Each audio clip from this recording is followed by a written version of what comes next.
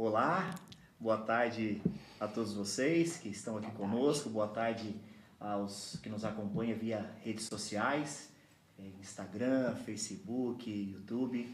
É uma grande alegria, um grande prazer poder receber vocês aqui, a gente conversar um pouco sobre esse tema tão importante, né? Dia 31 é o Dia Mundial Sem Tabaco e a gente vai conversar aqui ao longo desse podcast sobre os malefícios, né, dessa substância chamada tabaco. Eu sou Fábio Morástico Ramos, estou como diretor de política sobre drogas e reintegração social. Também estou como presidente do Conselho Municipal de Política sobre Drogas aqui da cidade de Blumenau, que é o COMEN. E a Diretoria de Política sobre Drogas e Reintegração Social, ela está dentro da Secretaria de Desenvolvimento Social. Então essa é uma ação em parceria da Secretaria de Desenvolvimento Social, da Diretoria de Política sobre Drogas, da Cruz Azul no Brasil e também do COMEN. São instituições que estão envolvidas na nossa cidade, trabalhando nas demandas, nas causas, né, que envolvem então a dependência do álcool, dependência das drogas, e aqui, né, mais propício para a gente poder trabalhar essa questão do tabaco e trazer esse assunto à tona nesse Dia Mundial aí de combate ao tabaco, né? A diretoria, ela atua diretamente com as pessoas em situação de rua, mas também com as pessoas que trazem essa demanda da dependência, né? Nessa dependência química, né? Então nós ofertamos alguns serviços. O nosso carro-chefe, então, é abordagem social. Nós temos também o Centro POP, que é um centro especializado para as pessoas em situação de rua, né? Então ali, nesse equipamento, as pessoas têm todo o respaldo de uma equipe técnica, de uma equipe operacional. Ela pode ir no Centro POP, ela pode ofertar lá o banho para ela, higiene pessoal, alimentação, um encaminhamento para uma comunidade terapêutica, um encaminhamento para o CAPS, o Centro de Atendimento Psicossocial da nossa região. É um encaminhamento feito ali também para um grupo de apoio mútuo ajuda. Como se fosse um ambulatório social? Isso mesmo. Então nós funcionamos ali, né, com esse Centro POP que também está dentro da nossa diretoria. E o abrigo institucional, que é o abrigo municipal. Além desses três serviços, nós temos uma gerência dentro da Diretoria de Política sobre Drogas, que faz o encaminhamento para as três comunidades terapêuticas que residem, que são aqui instituições do nosso município, que são parceiras do Conselho Municipal de Política sobre Drogas, que tem cadeira dentro desse conselho, né, que participa dessa política, que também fazem parte do Conselho Municipal de Assistência Social. Então nós temos essas instituições conosco ali e fazemos esse encaminhamento, né? Não só para esses equipamentos que eu acabei de destacar aqui para vocês, mas nós usamos toda a rede. A rede da saúde, por exemplo, nós temos o CAPS 3, que é o CAPS AD, que trata álcool e drogas, nós temos o CAPS 2, nós temos os ambulatórios gerais, nós temos o ESF, que a gente faz os nossos encaminhamentos também, e as instituições que nós temos aqui, que é uma grande parceria no município de Blumenau. Então, mergulhado neste universo, acompanhando essa demanda diariamente, todos os dias, né? Juntamente com essa data alusiva do dia 31, que é o Dia Mundial Sem Tabaco, que é hoje, dia 31, surgiu a ideia de nós estarmos aqui hoje, comentando, falando um pouco, discutindo essa ação, né, sobre o Dia Mundial Sem o Tabaco. Eu quero dizer que, para quem nos acompanha, que esse podcast ele vai ser dividido em dois blocos. Nesse primeiro bloco, nós vamos ter aqui o Rômulo, nós vamos ter aqui também o Fernando junto conosco, pessoas que atuam diretamente na ponta, que fazem prevenção, que tem um papel fundamental nessa área, que discute essa política, que vai lá e leva, né, e que faz essa prevenção com criança, com adolescente, mas também com os adultos, que atuam diretamente num tratamento, num acolhimento, né? Então nós vamos ter os dois conosco, os dois profissionais, que daqui a pouquinho eles vão se apresentar. E no segundo bloco nós vamos ter, vou dar um spoilerzinho aqui, nós vamos ter uma história de superação, né, no tabaco, uma pessoa que fez o uso durante muitos anos dessa droga, né, e a gente vai estar conversando um pouquinho com essa pessoa também, e eu quero dizer para você que não saia, participe conosco até o final, né, fique conosco para que a gente possa, né, passar todos os assuntos, mas também a gente trazendo no segundo bloco ali a presença dessa pessoa que vai contar um pouco da história dele, vai dizer o que aconteceu nessa trajetória, e se foi fácil, se não foi, ele vencer o tabagismo. Ok? Então eu gostaria de passar a palavra para os nossos convidados, mas na verdade eu gostaria que eles se apresentassem primeiro, né? Então vamos começar aqui. Eu vou tocar a bola para o Rômulo. Rômulo, tá contigo. Então, um dia muito especial, né? Um dia mundial sem tabaco. Eu, como ex-tabagista, me alegro quando chega esses dias, porque faço parte de um grupo de pessoas que entendeu o quanto a substância química presente no tabaco, a nicotina, prejudicava toda a minha vida, toda a minha questão cognitiva e intelectual. Então é um dia especial para mim, saber que a gente está nessa batalha, uma batalha desigual, desleal. O outro lado investe milhões, bilhões para conseguir novos públicos e novos simpatizantes a essa substância química tão destruidora. Para me apresentar, sou o Romulo, sou casado com Ingrid, bem casado, feliz. Tenho 3 filhas maravilhosas e sou privilegiado por ter uma família, por ter a possibilidade de ser uma pessoa que vive em sobriedade. Sou dependente químico em recuperação há 18 anos. Há 18 anos eu estou sóbrio e continuo por hoje sóbrio. E por esse processo, né, de recuperação também começou e foi mediado pelos instrumentos que o Fábio então apresentou aqui. Na época pelo CAPS 2, né, CAPS 3, a gente conseguiu um encaminhamento para a comunidade terapêutica e no dia 2 de maio desse ano eu tive o privilégio de fazer a maioridade, né? Completei 18 anos de abstinência, isso é significativo, é como se fosse o meu segundo nascimento. Tenho trabalhado nos últimos 12, 13 anos com dependência química. Tive o privilégio de trabalhar nas 3 instituições de tratamento de Blumenau, Serene, CTV e Jovens Livres, cada uma servindo dentro de uma funcionalidade dentro desse serviço. Foi muito especial, me deu bastante conhecimento e envergadura, e hoje estou terminando um ciclo de atuação também no abrigo municipal Família Feliz, onde eu fui lidar com outro público, com o público de ponta, com os moradores de situação de rua, situação de vulnerabilidade. Então fui a gerenciar e ajudar nesse processo da institucionalização desse serviço. Muito prazeroso lidar com esse público, porque eu faço parte também desse público, então quando estou lidando com eles é significativo para mim, porque eu entendo que eu posso devolver aquilo que eu recebi gratuitamente, que foi a ajuda e a consolidação de serviço. A minha formação é em teologia, né? Tenho o privilégio de poder, num país laico e livre, estudar as palavras, estudar a palavra de Deus e aplicar também como uma ferramenta de prevenção dentro da sociedade. E tenho aqui esse convite como um convite maravilhoso para a gente conversar nesse dia sobre essa demanda. Obrigado e espero que a gente possa contribuir. Nós que agradecemos a tua presença aqui, né, para fortalecer, para fomentar esse diálogo, né, essa conversa produtiva. Eu tenho certeza que daqui vai sair alguns encaminhamentos, né? As pessoas que nos acompanham, nós queremos que vocês interajam conosco, encaminhem a tua pergunta, que você possa, né, dar a tua contribuição, trazer a tua contribuição. Quero dizer que vai ficar gravado esse podcast.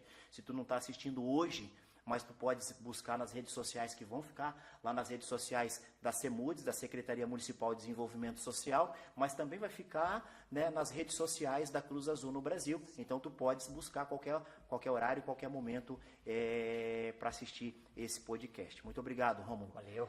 Seja bem-vindo conosco. Então agora eu quero passar a palavra para o Fernando. O Fernando também vai se apresentar. Muito obrigado, Fábio.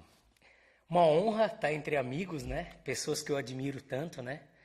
Pessoas que não têm só a teoria, não têm só a técnica, mas pessoas que amam o que fazem, que eu creio que cumprem o seu chamado de vida, né? E quando a gente está entre essas pessoas, dá uma grande alegria. Eu sou colaborador da Cruz Azul no Brasil, sou assessor de grupos de apoio, atuamos com grupos de apoio no Brasil inteiro, e eu trabalho especificamente com crianças e adolescentes em vulnerabilidade, crianças e adolescentes que precisam de uma atuação na prevenção às drogas. Porque esse processo de tratamento, esse processo que o Rômulo estava falando um pouco, ele é muito árduo, ele é muito difícil. Então, um caminho, uma solução, uma ideia de o que fazer é na área da prevenção. Então, a gente trabalha com grupos de apoio, Também tenho capacitações na área da teologia, com ênfase em aconselhamento noutético ou psicologia noutética. Fui terapeuta de uma comunidade terapêutica por 5 anos, né, aqui de Gaspar. Sou um psicólogo em formação, estou no final da minha graduação, né, e tenho capacitações internacionais na área da prevenção, pelo Instituto ISUP, e todo ano nós vamos como Cruz Azul no Congresso Free Mind, né, que é o Congresso Mundial de Prevenção às Drogas. Ok, muito obrigado. É uma alegria também, um prazer para nós, Fernando, contar com a tua presença aqui na construção desse material, na construção desse podcast, né? Encaminhamentos feitos, apresentações realizadas, então iremos para a primeira pergunta, né? Fernando, eu gostaria de te ouvir, pela tua experiência, né, olhando e observando esse cenário criado pela indústria do tabaco. Eu gostaria que você falasse um pouquinho para nós, né? E aí eu vou deixar aberto se o Rômulo quiser contribuir, se você também quiser depois voltar para você. Me lembrei de algo aqui, eu queria trazer e tal. Vamos fazer assim um bate-bola bem descontraído entre nós, né? Então, quando a gente observa, quando a gente olha para esse cenário criado pela indústria do tabaco, a gente vê algumas estratégias dessa indústria, né? Novas formas para que eles possam atrair adeptos para o tabaco, para essa indústria. E eu queria que vocês falassem um pouquinho sobre qual que é essa estratégia da indústria. Existe mesmo essa estratégia? A gente costuma dizer que existe um lobby, né? E é muito triste olhar para os adolescentes, uma fase tão linda, né, Rômulo? Uma fase tão maravilhosa de descobertas, uma fase de entender qual é a minha galera, qual é o meu grupo, descobrimentos. Mas, de repente, tem um lobby, tem uma indústria interessada nas nossas crianças e nossos adolescentes. Por quê? Como é que essa indústria age hoje, né? O tabaco, na forma do cigarro convencional, ele perdeu muito espaço no nosso país. Justamente pelas leis mais rígidas. Ali no início dos anos 2000, né? Eu ainda sou da época que tinha propaganda de cigarro na TV, né? Se fumava no restaurante. No restaurante, em avião. Ei, eu tava vendo aí, poxa, quem não gosta do Ayrton Senna, né? Isso. Eu acordava bem cedinho com meu pai para assistir as corridas. Sim. E eu lembro que nos carros existia propaganda de cigarro, né? Sim. As maiores equipes, né, eram patrocinadas pela Philip Morris, né? Camel na Williams e Marlboro na McLaren. Isso. E aquela glamorização, né? Um cara num cavalo, de chapéu. Mas hoje isso se perdeu, né? Até a pessoa que foi fundamental para esse processo é parceiro da Cruz Azul, né? O Dr. Lutufo. Então, fez todo esse projeto de lei. Por causa disso que aconteceu lá nos inícios dos anos 2000, hoje não se pode fumar em lugar fechado, não tem propagandas, tem aquelas imagens no rótulo do cigarro. Então, o cigarro convencional ele foi perdendo espaço. E a indústria viu isso e começou com outras estratégias. O que a gente vai fazer com esse tabaco? O que a gente vai fazer com essa nicotina? E nasce a ideia do cigarro eletrônico, do narguile, né? É interessante, né, Fernando? Porque quando você é produtor de algo, você não quer perder clientes, né? Nenhuma indústria vai ficar consolidada se ela perde a produção, se ela perde as vendas, se ela perde o consumo. E como o Fernando falou, por que foi se perdendo também? Porque várias pessoas começaram na década de 80 e 90 a processar a indústria dos cigarros e do tabaco pelos problemas de saúde que a substância trazia.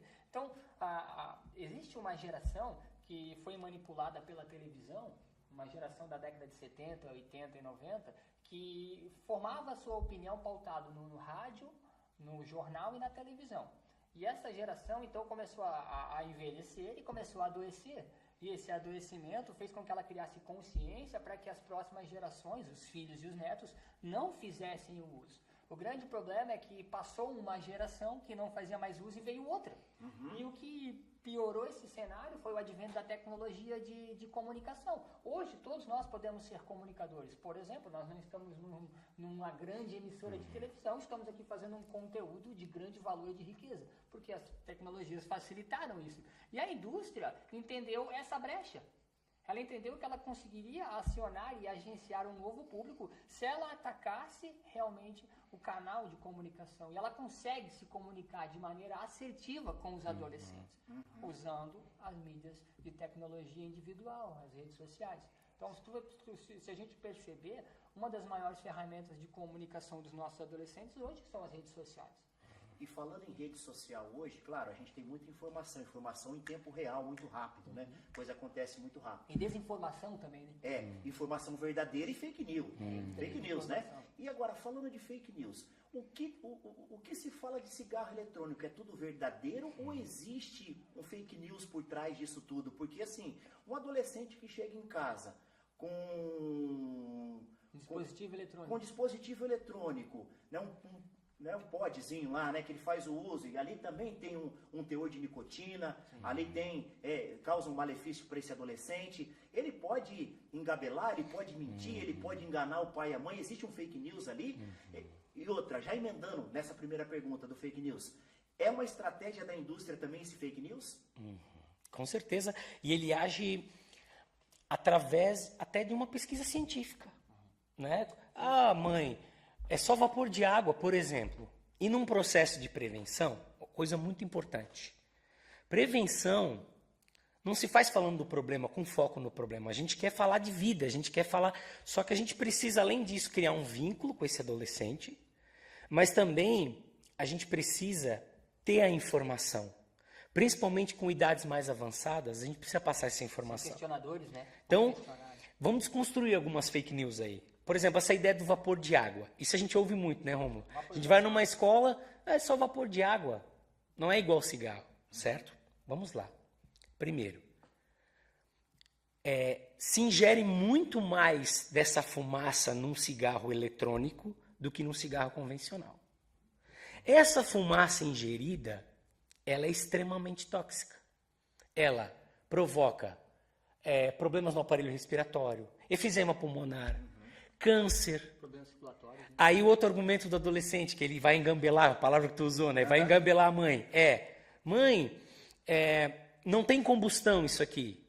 Né? Tem combustão. Aquela reação química e física... Né? Senão não pegaria fogo, gente. Exatamente. Ali tem uma resistência ali dentro do aparelho, né? Um sistema bem construído ali, um dispositivo pequeno e que a gente não consegue enxergar, mas...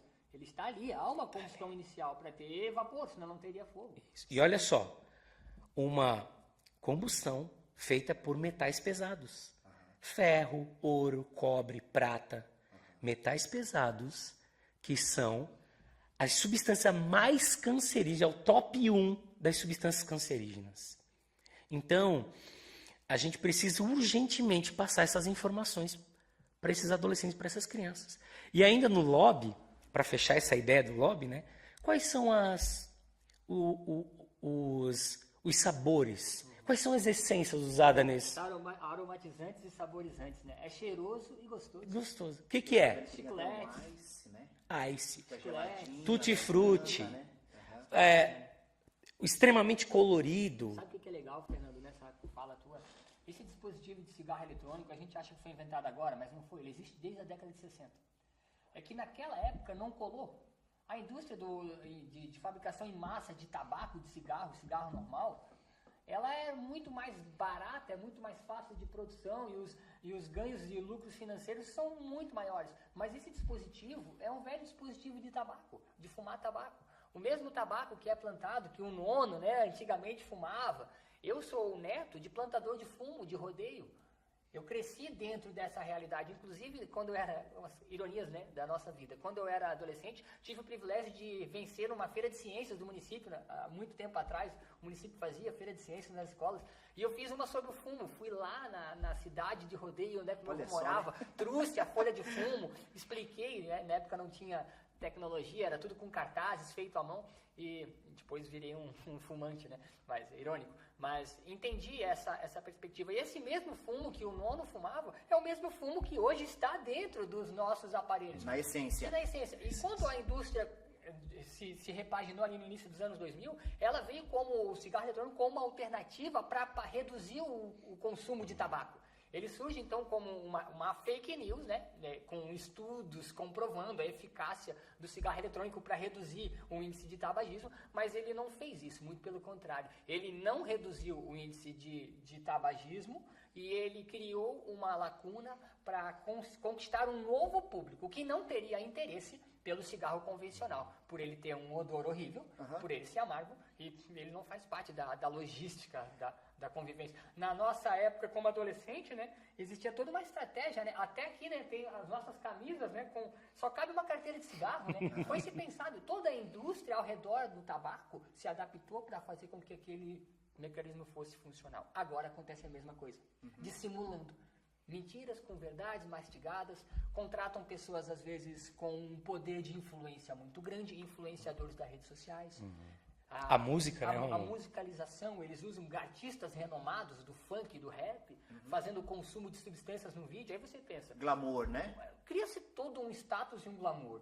Um adolescente que está num momento de aceitação e de estabelecimento de vínculo, de encontrar sua identidade, ele olha para aquilo e ele vai dizer, poxa, mas se aquele cara está fazendo, aquele cara tem 10 milhões de visualizações, é porque deve ser legal. Sim. E aí começa a se criar essa consciência coletiva de então uso. essa estratégia então armada pela indústria para alcançar então essa criança, esse adolescente, esse jovem que vive de mídia e que tenha na sua mão aí o mundo, se quiser, porque né, é muito rápido essas informações. Os pais não têm as informações para rebater, certo? Para colocar para baixo essa informação distorcida, né? O contra-argumento. Legal. Por um lado, existe uma estratégia que nós acabamos de discutir aqui e ouvir, que vocês trazem da indústria, e eu queria saber de vocês que atuam diretamente na ponta com essa prevenção, com criança, com adolescente, com famílias, né? Existe uma estratégia pela prevenção para alcançar também essa criança, esse adolescente, que faz o uso ou que está caminhando para poder fazer o uso, né? Porque eu acredito que vocês, nessa caminhada de vocês já encontraram adolescente, criança, que já fizeram uso de cigarro eletrônico, né? Existe uma estratégia da prevenção? A gente costuma dizer que a prevenção, claro, seria um podcast muito abrangente, de dias para explicar, né?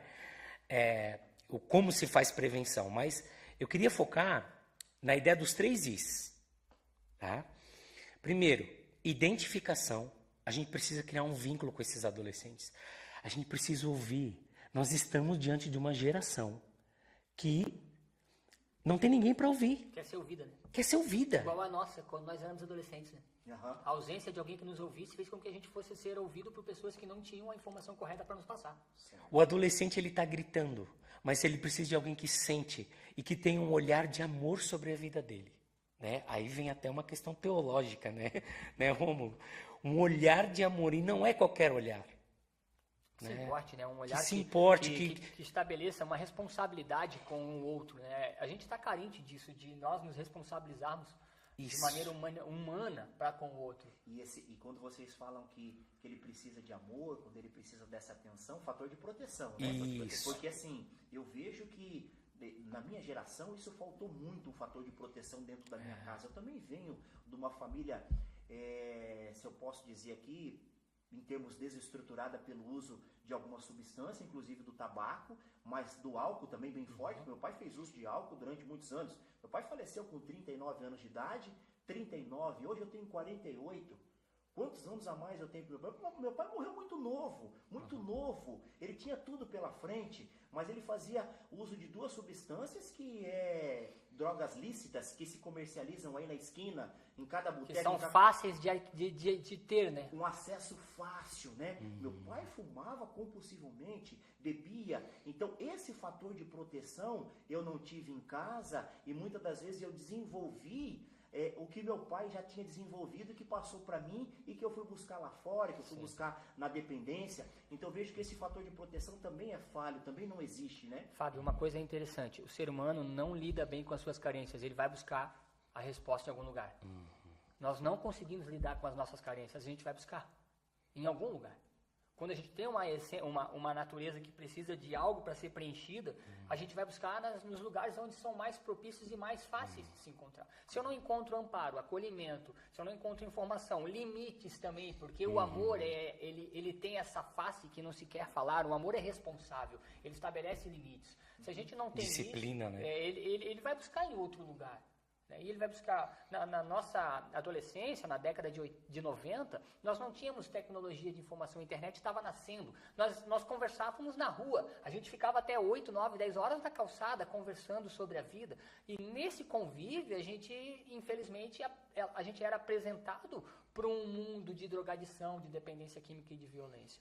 A gente pensa que hoje, pelos nossos meninos, as nossas crianças estarem com o celular, eles não vivenciam mais isso, mas isso é um engano, porque hoje eles vivenciam muito mais violência do que nós no nosso tempo. E não precisa nem ir para a rua, Eles dentro não de casa, precisam, com eles o estão, celular ali, né? cria-se uma sensação protetiva, quando na verdade é o inverso, eles estão sendo atacados e machucados com grande oferta. Por isso que é essa estratégia da identificação.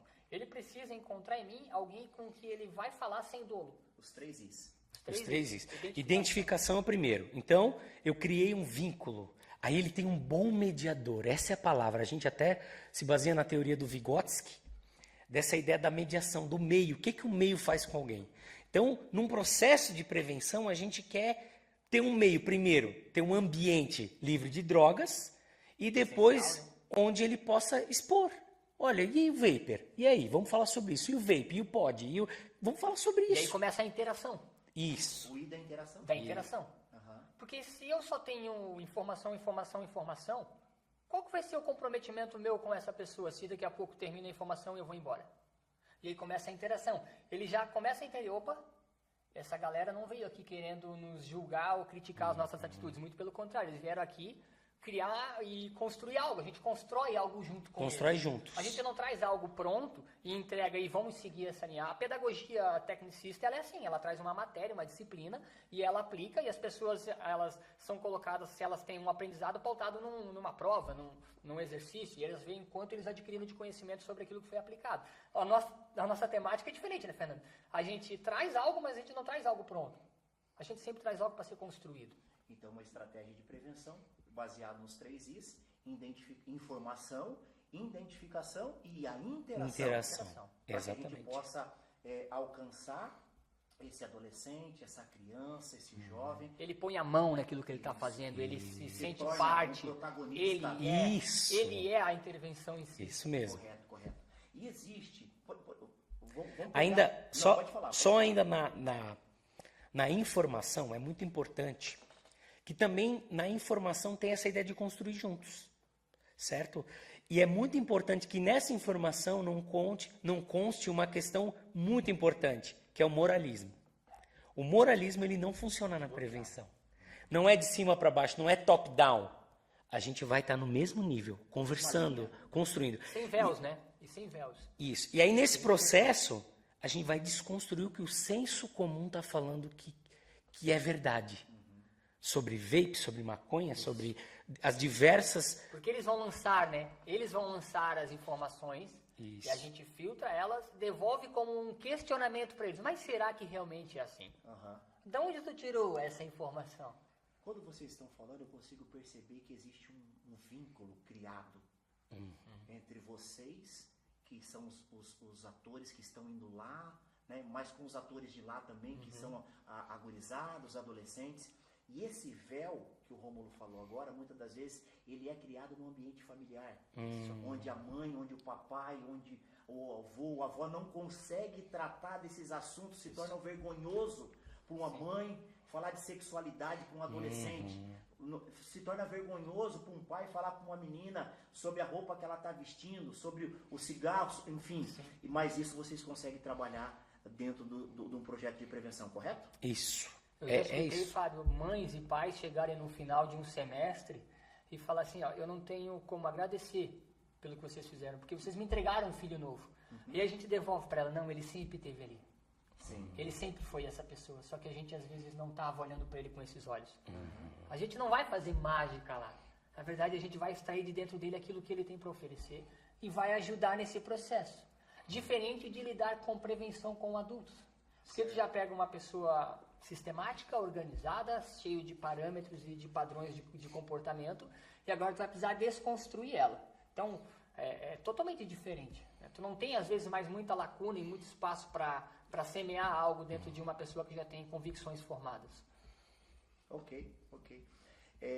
Existe um momento certo de fazer prevenção? Quais são os assuntos que são abordados? Quais são os temas que são abordados? Porque, não, vou esperar até tal ano, daí sim, meu filho, eu posso inserir ele num projeto de prevenção. Existe isso? Pelas diretrizes internacionais, prevenção se começa intrauterinamente, né? Deveria começar dentro do ventre da mãe. Os Começa pais... com a mãe não fazendo uso de tabaco. Exatamente. Né? Exatamente. Começar assim, né? É isso. Se cuidando, né? Isso. E cada faixa etária vai ter uma linguagem, né?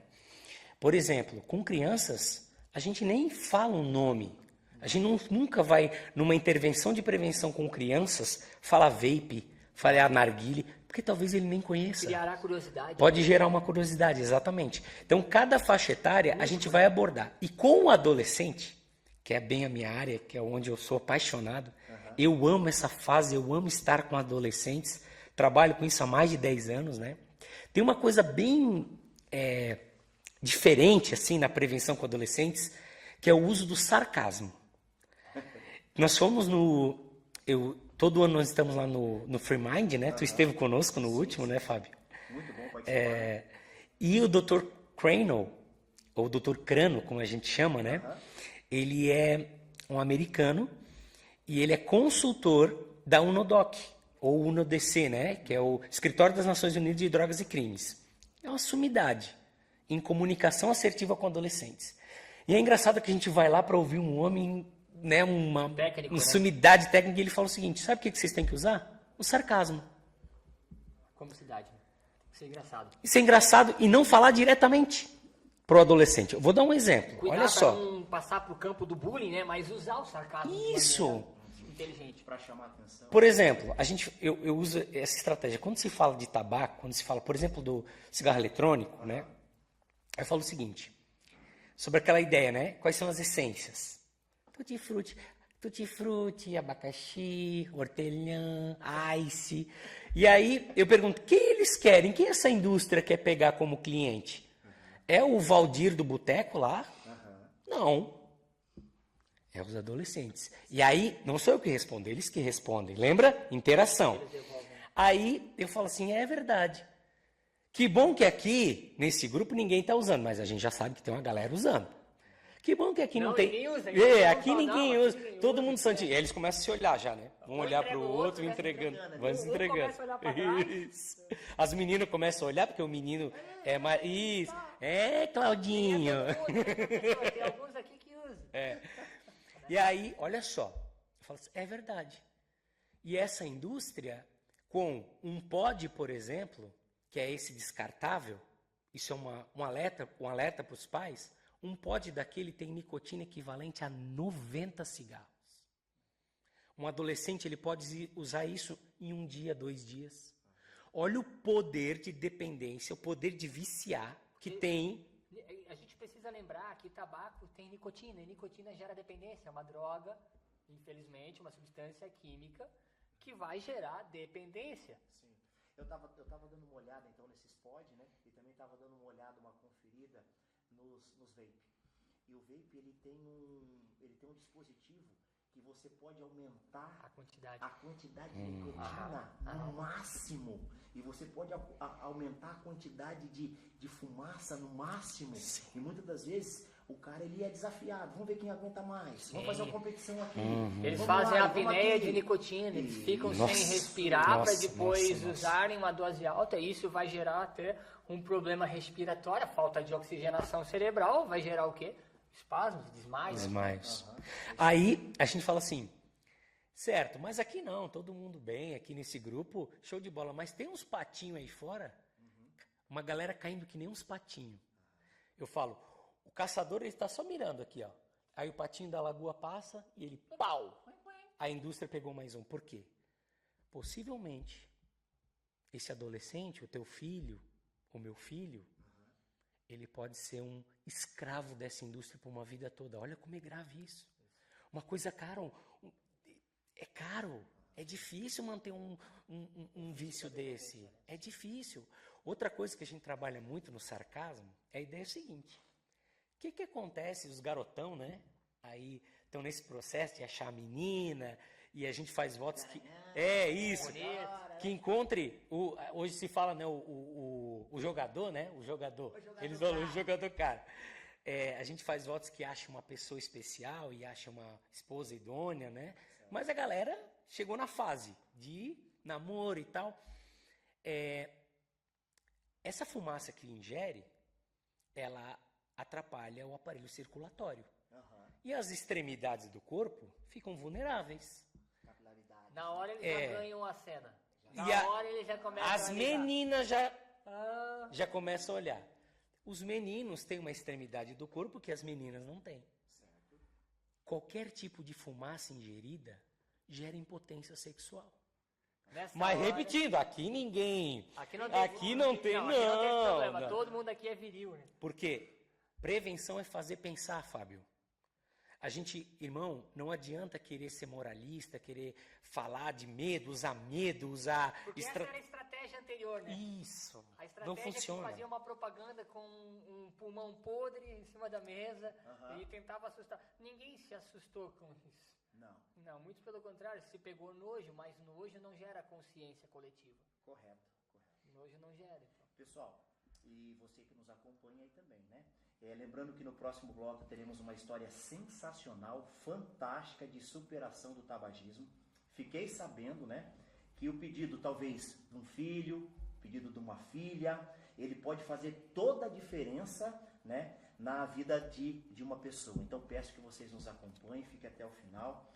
Rômulo e Fernando, eu tenho um material aqui, da Secretaria de Saúde, e ela diz aqui nesse material que o tabagismo é reconhecido como uma doença crônica. Doença crônica. E a Organização Mundial da Saúde define as patologias crônicas como doenças de longo desenvolvimento e uma longa duração, podendo acompanhar a pessoa durante a vida toda. Normalmente, os problemas persistem por períodos superiores a 6 meses e requerem tratamentos e terapias complexas. Então, o tabagismo ele é uma doença. A Organização Mundial da Saúde alerta, está escrito, né, que vicia, que causa dependência. Né? Então, pela experiência tanto do Rômulo como a experiência do Fernando, agora falando de tratamento, né, nessa caminhada de vocês, qual é a maior dificuldade de uma pessoa que quer parar com o tabagismo, com o tabaco? Então, a gente precisa lembrar que substância tabaco, ela dentro de 3.000 e poucas substâncias, tem uma delas que é a nicotina. A nicotina é uma substância química, uma droga, né? Que é uma droga estimulante, ela vai fazer com que o nosso cérebro ele seja estimulado a ter uma velocidade de conexão maior. Então, é uma droga que vai sempre colocar você para cima, uma droga up, né? A gente tem uma ideia assim de que, não, eu vou fumar e vou ficar relaxado. Eu não vou ficar relaxado, vai acontecer o contrário. Eu vou fumar e o meu cérebro ele vai ter uma aceleração neural. Estimula. E isso vai estimular e vai proporcionar um sentimento de bem-estar, que vai liberar dopamina. Então, a gente precisa entender que a doença da dependência química é uma doença gradual, ela vai sempre crescendo, ela é constante, ela não vai embora. Eu sou dependente químico, a doença está dentro do indivíduo. Hoje ela está estável, porque eu não faço mais uso. Ela é uma doença, além de gradual e constante, uma doença que leva à morte. Dependência química mata. E olhando para a dependência química de substâncias semelhantes ao tabaco, nós ainda temos um sistema muito ineficiente para tratar tabagismo dentro da nossa organização como estrutura social, dentro dos mecanismos de saúde. Nós temos bons programas para tratar alcoolismo, boas leis que nos dão uma limitação para fazer uso, por exemplo, o uso da lei seca, né, os indicadores da aplicação dessa lei. uma boa parte das pessoas não pararam de beber e dirigir por causa da consciência que criaram. Pararam de beber e dirigir depois dos gastos que tiveram para refazer a sua carteira de motorista. Então, querendo ou não, se ela não parou e não criou consciência por causa de uma questão da sua saúde individual, ela ganhou consciência em relação ao seu custo financeiro dentro desse prejuízo do uso da substância química. Correto. Nós temos ainda leis que estão sendo construídas para a melhoria, mas se a gente vai falar de tratamento, uma das grandes problemáticas para parar para ter uma vida de abstinência de sobriedade é o problema da nicotina.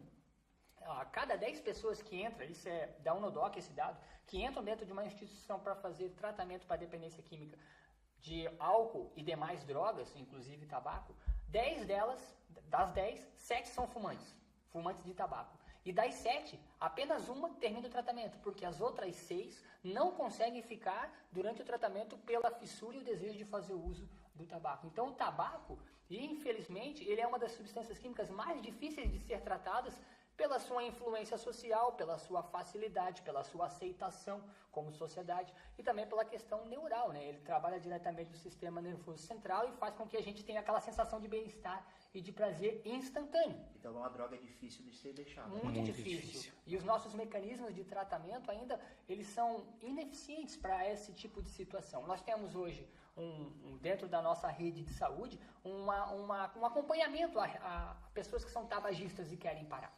Existe hoje um acompanhamento pelo SUS, inclusive. Dentro do abrigo, onde eu faço parte, a gente encaminhou várias pessoas que queriam parar de fumar. Elas foram até o médico, passaram pela enfermeira e elas voltaram com adesivos para nicotina. Acesso à rede Acesso de saúde, à rede, né? É gratuito, mas essa informação ela não chega com frequência. Ele precisaria ter um veículo de comunicação mais assertivo para que as pessoas pudessem entender que existe uma ferramenta de saúde, que existe uma ferramenta de tratamento para que as pessoas pudessem deixar de usar. É claro que, olhando a nível global, nacional, essa ferramenta precisaria ser bem organizada, né? Mas a nível local, quem sabe nós poderíamos pensar em estratégias e veicular dentro dos mecanismos de informação, né? de comunicação do nosso município, para que os nossos municipantes daqui, as pessoas que vivem na cidade, e tinham um problema com dependência química, pudessem acessar o serviço de saúde, pudessem chegar no ISF e falar que quer começar um processo de parar de fumar, e não é só a medicação, ela vai começar a passar por grupos de apoio para tabagismo. Sim, sim. Que é muito importante dentro do processo, né, Fernando? A ferramenta da medicação contribui, mas ela só vai ter uma eficácia maior se ela tiver junto a consolidação da conversa entre pares, do apoio mútuo. Mútua ajuda. Da mútua ajuda, que é uma ferramenta que é aplicada aqui. Né? Eu fiquei sabendo aí na rede de saúde, agora eu não consigo precisar bem certo, né? Mas nós podemos buscar essa informação e disponibilizar, que nos ESFs, né? Existe, nos ambulatórios existem grupos de apoio mútua ajuda para Grupo de tabagismo. A gente vencer, né? tinha, sim, semanalmente acontecem as reuniões. É um processo, né? Ferramentas associadas, né? Trabalhos sozinhos e isolados não tem tanta eficácia. A rede trabalhando junto é mais complexo, mas a gente consegue chegar. E vocês, vocês consideram o tabaco, né, uma porta de entrada para a experimentação de outras drogas? Não só consideramos pela prática, né, profissional, como a ciência aponta, né, Fábio? Aumenta aí em 50% a prevalência da dependência química. Com as drogas ilícitas e consideradas mais pesadas, né? Então, é muito sério. É muito sério. Um adolescente aí de 11, 12 anos, que ele já faz uso, e às vezes de uma forma até permissiva dos pais. Recreativa, né? Recreativa. Não, meu filho fuma lá o narguilé com os amigos, e eu permito isso. A chance desse adolescente se tornar um dependente químico, fazer o uso, o abuso ou a dependência química, ela é muito grande. E a gente vê isso na prática todo dia. É como se fosse uma criança brincando com uma faca afiada, assim. A gente não sabe o que pode acontecer. É andar numa corda bamba. Por todas as questões que envolvem a dependência química. Nós sabemos que é uma doença biopsicossocial e nós cremos espiritual, né? Que tem a ver com essa espiritualidade saudável ou não. Todas as esferas todas as esferas do ser humano. Né? Isso. Então, aquela pessoa ela pode ter uma predisposição à dependência química. Aí ele começa numa droga considerada lícita, considerada ilegal, normal, considerada aceitável. De repente, todo dependente químico, Fábio, que eu tratei na comunidade terapêutica, aí nós estamos falando de centenas ou milhares, começaram em drogas consideradas listas, leves. E com um amparo social, né? Isso. Uma porta de entrada. Né? Porta de entrada. Que conversa boa, produtiva. Por isso, né? Fábio, é importante, tu fez uma pergunta, há umas 2 perguntas atrás, quando que deve se fazer a prevenção? Todo dia. Isso. Todo dia. Precisa se enfatizar de maneira assertiva, de maneira pedagógica, lúdica. Nós precisamos enfatizar. A importância de viver uma vida de qualidade está associada a não fazer uso de substância química. Isso. A gente precisa, todas as oportunidades que nós temos, esse podcast vai chegar para centenas ou milhares de pessoas, mas nós precisamos continuar ali no ponto de ônibus, com o senhor que está fazendo uso. A gente precisa oportunizar para o nosso familiar. Eu tenho um familiar que faz uso. Eu amo ele e eu informo ele o prejuízo disso. A decisão final é dele. Mas não é porque a decisão final é dele que eu vou parar de ser preventivo em relação a isso. Sempre vou enfatizar. Vou dizer, quando é que tu vai parar, querido? Isso vai te machucar. E aí vem uma reflexão, né?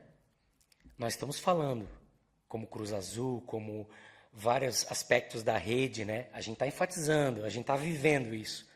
Mas como uma criança vive numa sociedade onde o álcool e as outras drogas é algo glamourizado. Quando tem um aniversário de 2 aninhos de uma criança, o que a família faz? O que os pais estão fazendo enquanto a criança está lá? A criança é o centro ali da festa? Ou é a cerveja, ou é o álcool, ou é o tabaco? Né? O que a gente vai hoje em festas eclesiásticas, uma festa de igreja? O que é o centro ali? O que as pessoas estão fazendo numa festa? Então, a sociedade, ela apresenta um modo de vida, o senso comum mostra hoje para uma criança e para o adolescente que é legal fazer isso.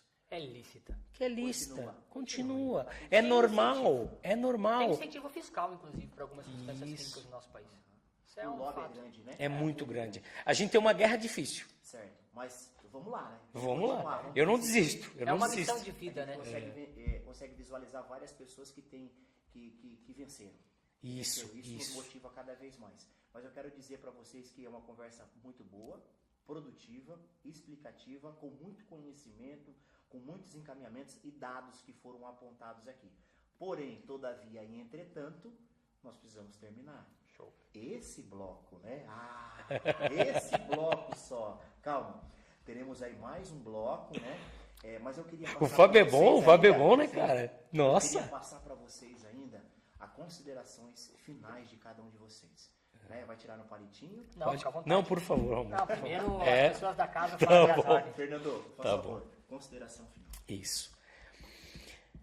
De nada vale a Cruz Azul no Brasil fazer todo um trabalho no município, a Cruz Azul internacional, né, no mundo todo, está em mais de 38 países, ali com o nosso público final, que são as crianças e os adolescentes, se a família não fizer prevenção dentro de casa. A família ela tem um papel central nisso. Muitas vezes, o Romulo sabe do que eu vou falar agora, nós estamos ensinando crianças e adolescentes, nós estamos falando sobre vida, sobre habilidades sociais, habilidades emocionais, habilidades de vida, mas isso é extremamente desconstruído quando ele vai para casa. Então, a grande questão é estar preparado em casa. São todos os níveis da sociedade. É na escola, é no serviço social, na comunidade, mas principalmente na família. Na família. Pai, mãe, procure uma orientação parental. A Cruz Azul oferece escola de pais. Ninguém nasceu sabendo como se educa um filho. Às vezes a gente passa por uma vida tentando construir algo para passar para o nosso filho, mas a gente precisa buscar conhecimento. Eu costumo dizer, para encerrar, que cada ser humano, cada pai, cada mãe, cada responsável, tem como se fosse uma bolsa. E nessa bolsa tem sementes.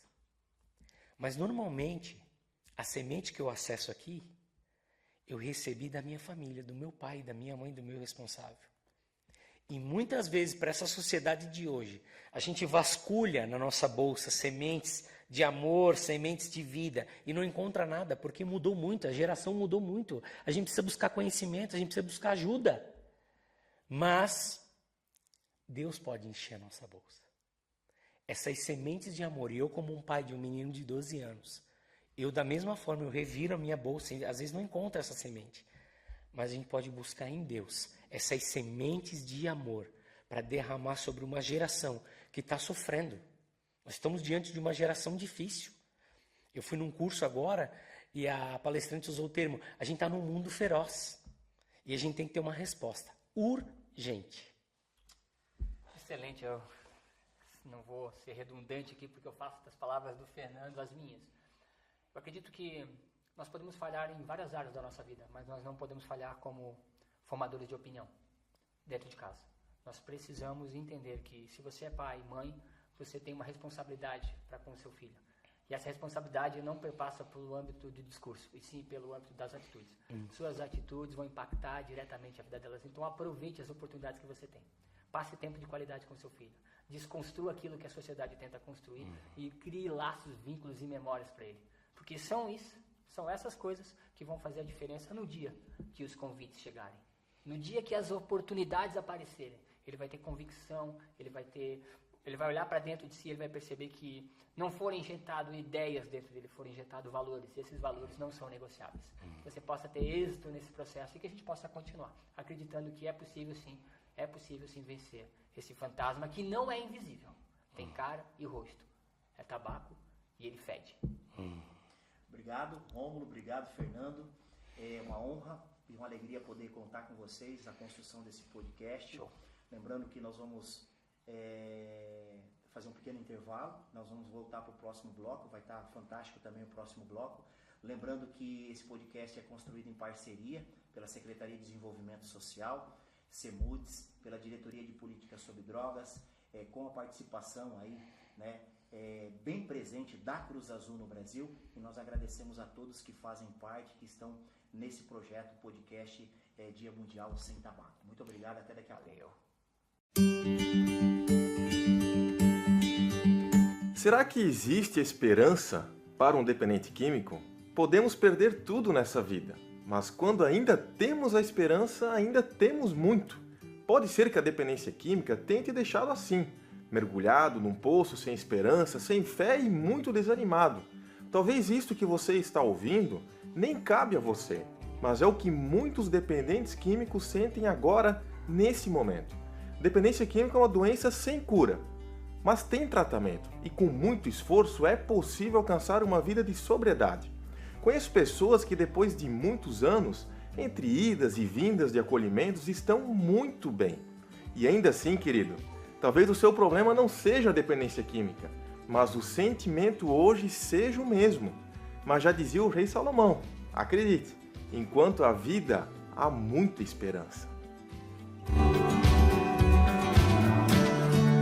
Olá, voltamos para o nosso segundo bloco e quero dizer para vocês que esse bloco tá animado, tá?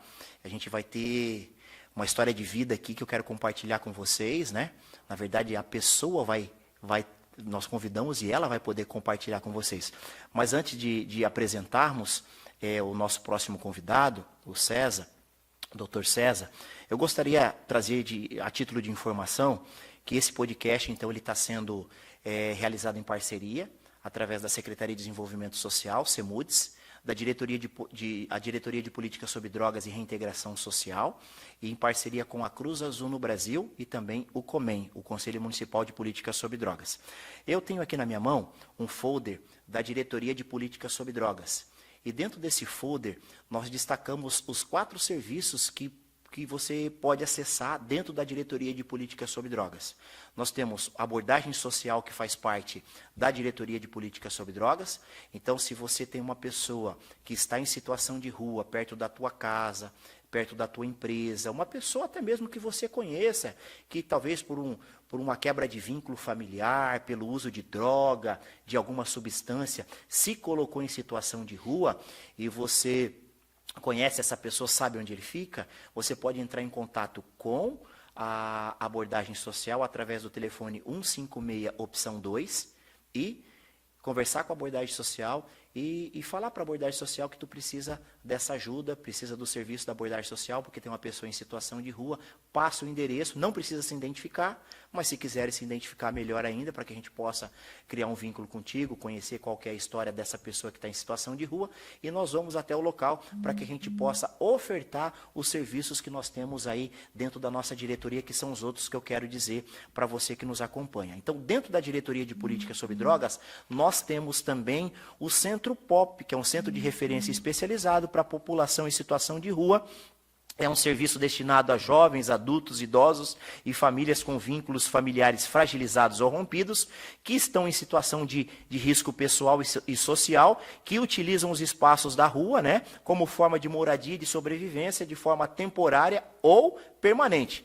Então, os serviços do Centro POP, desse centro especializado, é café da manhã, é banho, é troca de roupa, é um atendimento técnico, é um encaminhamento para o serviço, é o almoço que é ofertado lá, é atividade de convivência, são rodas de conversa, oficinas profissionalizantes, tem lanche da tarde, entre outros encaminhamentos que se dá para o mercado de trabalho, para a comunidade terapêutica. Tem pessoas que estão em situação de rua, que fazem uso de droga e não conseguem sair. Nós, com os nossos técnicos, nós podemos dar um encaminhamento para essa pessoa em comunidade terapêutica também, tá? E o nosso terceiro serviço é o acolhimento institucional no AMBLU, que é o Abrigo Municipal de Blumenau.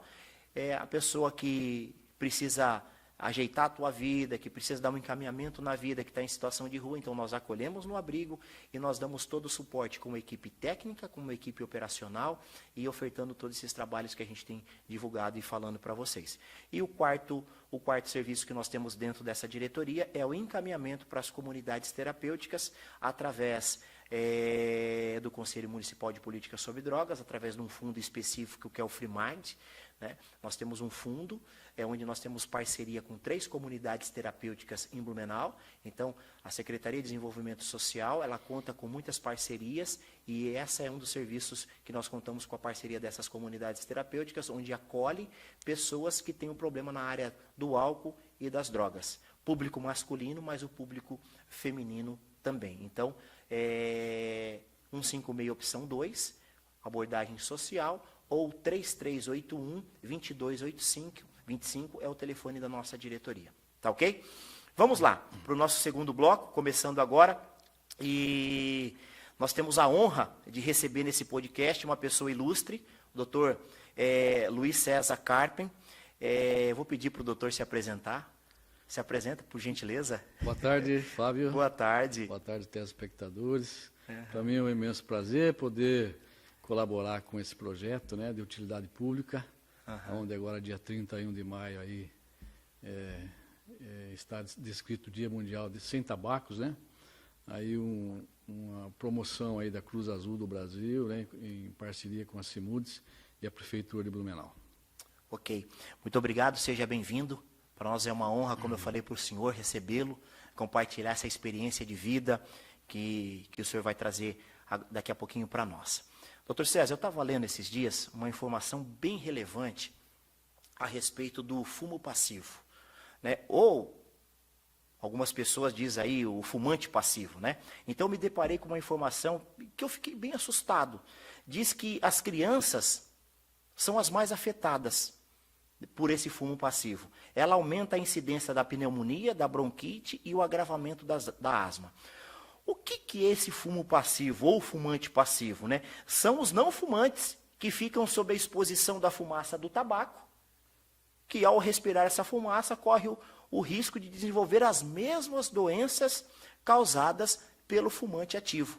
Ou seja, há problema da pessoa que faz o uso do tabaco, tem um problema, uma consequência terrível que a gente sabe, né? A gente tem visto aí nos noticiários e visto aí né, das pessoas que a gente aborda, das pessoas que a gente trabalha diretamente na nossa diretoria, mas também existe o problema para as pessoas que não fazem o uso, mas convivem com as pessoas que fazem o uso. Então, é uma informação relevante que a gente precisa trabalhar, que a gente precisa tratar, né? O tabaco, ele mata, né, 8 milhões de pessoas por ano. De que forma? 7 milhões de mortes resultam no uso direto, ativo, e 1.200.000 pessoas é resultado de pessoas que não fumam. mas convive dentro de casa de pessoas que fumam. Então, o problema também está com aquela pessoa que não faz o uso. Ela também é prejudicado.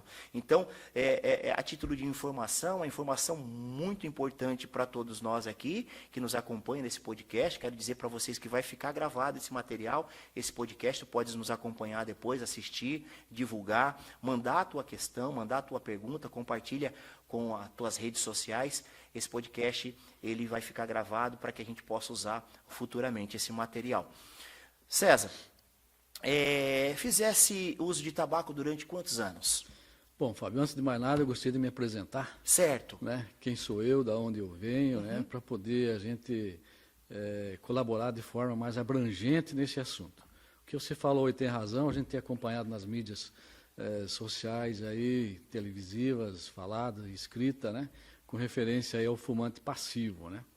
Mas eu me chamo Luiz César Carpen, eu tenho 55 anos, sou casado com a Marli, minha esposa, tenho 2 filhos, um casal, Thaís Maiara e também Luiz Guilherme. Né?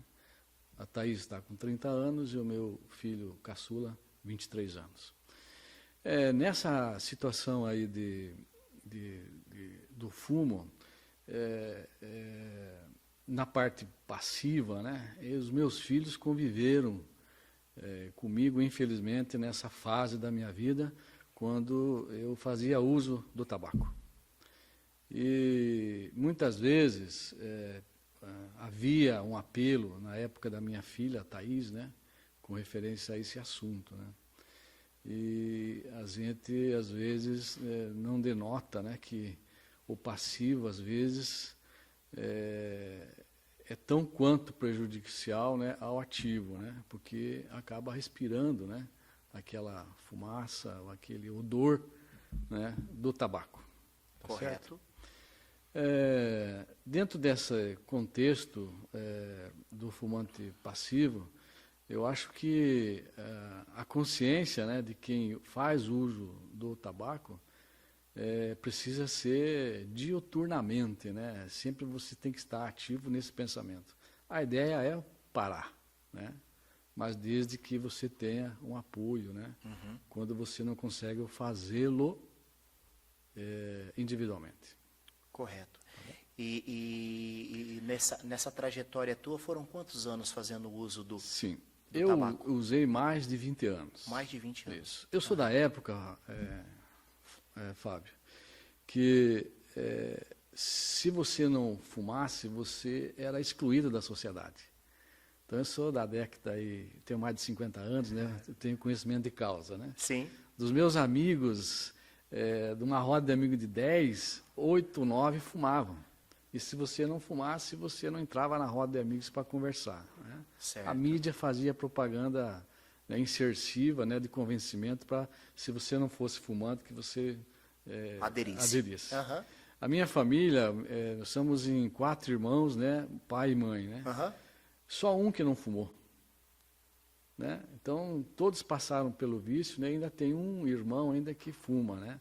Mas está em processo aí também de abandono do tabagismo pelo benefício que todos nós, irmãos, que fizemos uso do tabaco, temos aí, né, a gente ter extinguido aí o hábito de fumar. Ok. Nessa trajetória, César, tentativas, tiveram algumas? Algum episódio marcante, assim, de não, eu vou prometer, eu quero parar, verdade. Mas assim, a gente entende que o tabaco, para deixar, ele é muito difícil. Teve algumas tentativas? Sim. Nesse tempo de 20 anos, um pouco mais que eu fui aderente a esse malefício do fumo, inúmeras tentativas, né? Inúmeras promessas, né? Infelizmente, muitas não cumpridas, né? Uma em especial, depois de muito esforço, eu conseguia então parar de fumar, né? Mas, a princípio, para você ter uma ideia, a minha filha fazia uso do bico, e ela diz: pai, se o pai parar de fumar, eu paro de chupar bico. Eu, ok, está fechado. Ela parou de chupar o bico e eu não parei de fumar. Veja como é realmente difícil, né? Certo. Ao longo do tempo que você vai que você vai fazendo uso dessa droga chamada nicotina, que é a que tem um princípio ativo que mais vicia o ser humano, você já não consegue mais, por si só, parar o vício. A não ser que você busque ajuda, né? E até que você tenha consciência que você precisa de ajuda para parar de fumar, você não consegue. E nessa trajetória, agora, como o senhor falou, né? Até tentei, mas não consegui parar. Ela fez a parte dela, mas o senhor não fez a sua, né? Exatamente. Nessa busca de ajuda, teve alguém que entrou, teve alguém que ajudou, fosse buscar ajuda onde? Veja, a família sempre é importante na sua vida, né? Às vezes a família engloba os próprios amigos, né? Então, tiveram vários amigos meus que, no aconselho, né, da conversa, faziam a tentativa, né? Mas a família em si, a tua convivência diária, é que teve um peso e, aliás, vai ter um peso maior sempre nas tuas decisões, né? Então, a minha família nunca desistiu de mim. Sempre enxergava um momento que eu iria tomar essa atitude, né, de parar com o tabaco, tá certo? Então, especificamente aí a minha esposa, né, mais a minha filha, que teve, né, mais contato comigo na época do tabagismo, né? Certo. A minha filha foi o que mais foi incisiva, né, para que eu pudesse ter essa atitude de parar de fumar. Mas eu quero dizer para o senhor que teve um passarinho verde que veio assim no meu ouvido e contou uma história para mim. E disse que, fiquei sabendo de uma redação, né? Numa redação de um programa que é aplicado nas escolas, e foi feito um pedido muito especial para o senhor, alguns anos atrás. Quem fez esse pedido e qual que é o contexto dessa redação? Fala um pouquinho para nós o que aconteceu nesse pedido. Ok. Vou resumir, o ato aqui é sensibilizar as pessoas, né? Principalmente os pais, frente aos filhos, né? Mas, às vezes, os filhos que sensibilizam os pais. É o contrário. Inverte ali, Inverte, né? Isso faz parte da natureza, né? Sim. Então, veja, existe um programa bacana, espetacular, chamado ProERD, né? Sim. Que é o Programa Educacional de Resistência às Drogas. Ela envolve todo tipo de droga. E, na época, minha filha, Thaís, fazia o ensino fundamental. E os alunos que participavam desse programa, que é intitulado pela Polícia Militar, né, que faz essa prevenção aí, de resistência às drogas, desafiaram os alunos de fazer uma redação referente a drogas, qualquer tipo de drogas, e, a contraponto, a melhor redação do colégio, né, ganharia um prêmio, né, pela maior redação escolhida aí por pessoas qualificadas desse programa. E a minha filha se candidatou a fazer essa redação e escreveu sobre mim. Então, escreveu sobre a minha trajetória no tabagismo, né, as lutas minhas de tentativa de parar de fumar e as dela também, né, de poder me convencer de parar de fumar. Então, eu agradeço sempre a ela, né, agora nesse podcast, que não desmereço os demais que também me auxiliaram nesse incentivo, né, mas esse evento foi que ficou marcado na história. Certo. Ela fez a redação sobre mim, que ela deixou a chupeta de chupar o bico para poder eu parar, né? E várias solicitações dela, né, para mim que eu pudesse parar de fumar. E ao final ela ganhou como a melhor redação desse evento, né, na época que ela fazia o ensino fundamental, acabou ganhando o prêmio. E aí a premiação era num ginásio de esportes, onde a própria Polícia Militar fazia o evento de divulgação do ProERD, né, e já sensibilizando as crianças sobre o malefício do uso de droga, inclusive do cigarro.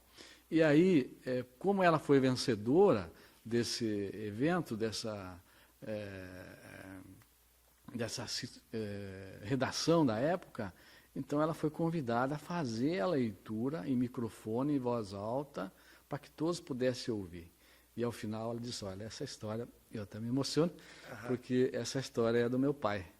É uma história E o senhor estava no vivida. auditório. E eu estava A família toda no auditório. Todo no auditório. Todo mundo prestigiando, né? Então, ao final, eu fiquei feliz porque ela ganhou o prêmio e realmente a redação dela foi muito bem elaborada e ela fez sozinha, não teve auxílio, muito embora a minha esposa tivesse já um domínio na área de pedagogia, ela foi professora, então tinha uma instrução dos filhos já um pouco diferenciada, né? Não diminuindo o estudo público, em hipótese alguma, mas já tinha uma educação diferenciada em casa, então ela desenvolveu aquela redação de uma forma espetacular, que ao final eu fiquei um pouco envergonhado, aliás, bastante envergonhado, né? Porque ao final a história era minha e a história não era boa. Porque ao final eu não imaginava que estava fazendo tanto malefício às pessoas ao meu redor. Então eu acabei sensibilizando ao extremo, né, muito emocionado, agradeci a ela por isso, né, os meus amigos vieram me cobrar a partir daquele momento, olha, agora você está na hora de você parar, o que você acha? Tomar uma decisão, né? Tomar né? uma decisão, né? Assim como um bate-papo, né? Então, ao final, acho que aí foi um divisor da água, né, que me incentivou a mais, né, de poder parar com essa situação aí do hábito de fumar, né? Ou do vício de fumar. Então essa é uma história bacana, eu acho que Dá para escrever um conto livro, pra né? todo mundo, exatamente. Um roteiro de É uma filme. história aí, né? bacana que a história foi contada na pessoa viva, né? Sim. A maioria a história o fulano É posterior. em memória, né? Em memória, uma história. Então, enfim, acho que foi bacana, me sensibilizou de uma forma ou outra, né? E me incentivou mais, né, para que eu pudesse Thaís, o ter nome essa dela? atitude. Thaís. Thaís, obrigado pela tua contribuição, hein? Ajudou muito, ó, o paizão está aqui, abrindo o coração, passando para nós, que estamos acompanhando ao vivo e a cores, e também vai ficar gravado para mais pessoas poder ouvir essa história. Agradecemos você, tá?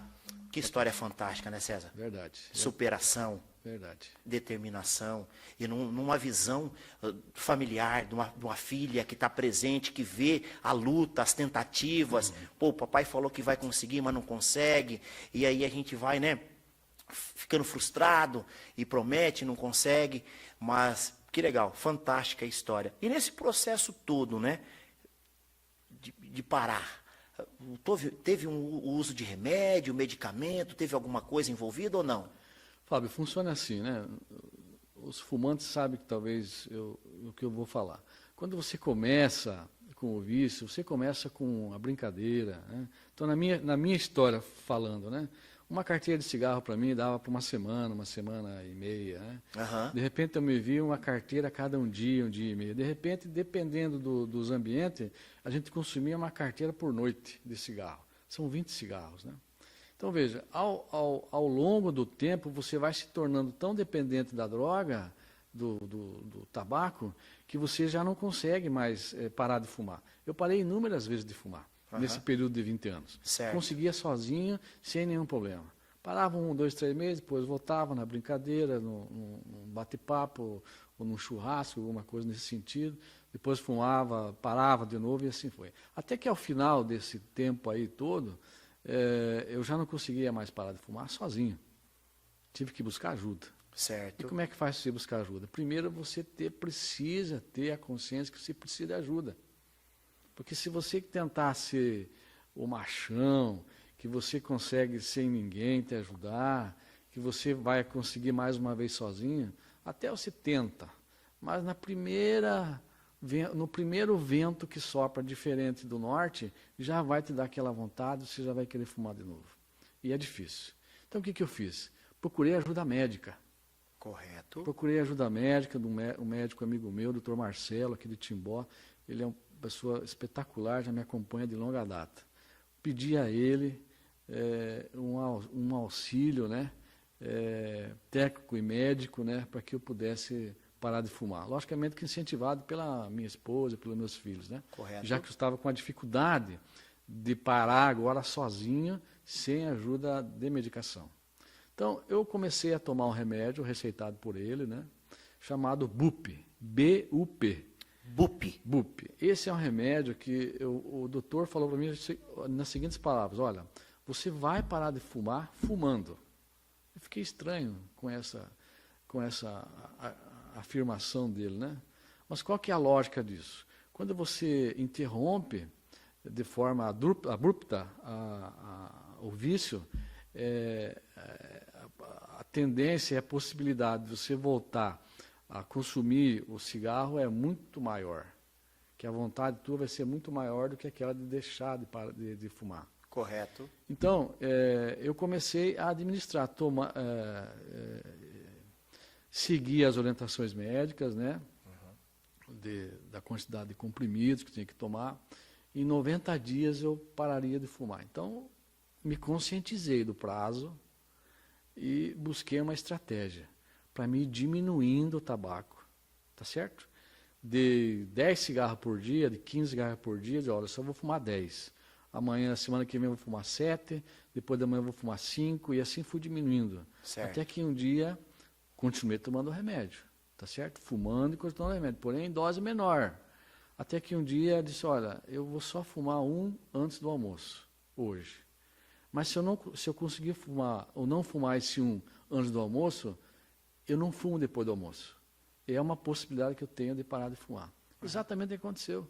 Eu levantei de manhã, não fumei após o café, que sempre dá uma vontade imensa, né? Ou de qualquer refeição. Não fumei aquele cigarro. Passei o dia sem fumar o cigarro. Cheguei em casa, comecei a me entreter com outras coisas para esquecer do vício. E depois daquele dia, não fumei mais. Continuei ainda tomando remédio por mais um tempo, esse remédio, né, que para mim foi ótimo, né? Existem outros no mercado, né, mas esse remédio me parece que o SUS, inclusive, faz a distribuição gratuita, né, desde que com prescrição médica, né, sempre, né. Então, aí com esse remédio eu consegui e nunca mais fumei. Que legal, fantástico, né? Existem alguns benefícios imediatos para a pessoa que para de fumar. Por exemplo, após 20 minutos, a pressão sanguínea e a pulsação ela volta ao normal. 20 minutos. Parei de fumar, daqui 20 minutos, pressão sanguínea e pulsação volta ao normal. Após 2 horas, não há mais nicotina circulando no seu sangue. Olha que interessante, após 8 horas, o nível de oxigênio no sangue ele se normaliza. De 12 a 24 horas após o último cigarro, os pulmões já funcionam melhor. Após 3 semanas, a respiração se torna mais fácil e a circulação melhora. Após 1 ano, olha que interessante, o risco de morte por infarto já foi reduzido pela metade. De 5 a 10 anos depois de parar de fumar, o risco de infarto será igual a uma pessoa que nunca fez uso da nicotina, do tabaco. Então, quantos benefícios, né, existem para a pessoa que deixa de fazer o uso do tabaco? César, eu acabei de compartilhar aqui as consequências positivas de pessoas que pararam de fazer uso, cientificamente comprovado, né? Na tua vida, tu consegues destacar algo positivo, consequência de que, poxa, melhora de vida, qualidade de vida depois que eu deixei de fazer uso do tabaco? Acho que tu tens várias, né? Verdade.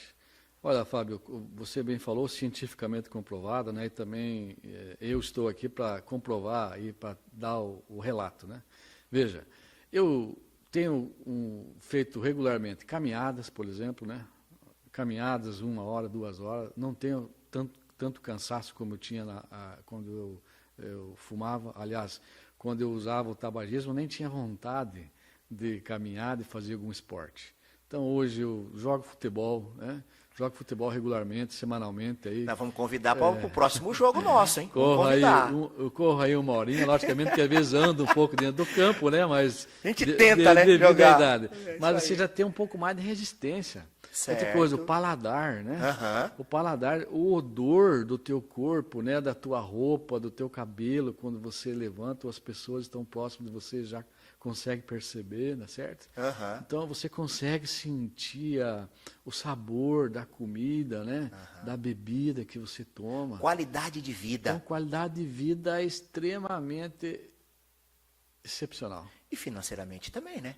Porque se você for analisar, parte financeira, né? Se você for analisar, tu tá comprando uma carteira de cigarro, começa com um pouco, daqui um pouco tu perde aquele senso, já não fica mais numa carteira, já vai para 2, já vai para 3, enfim.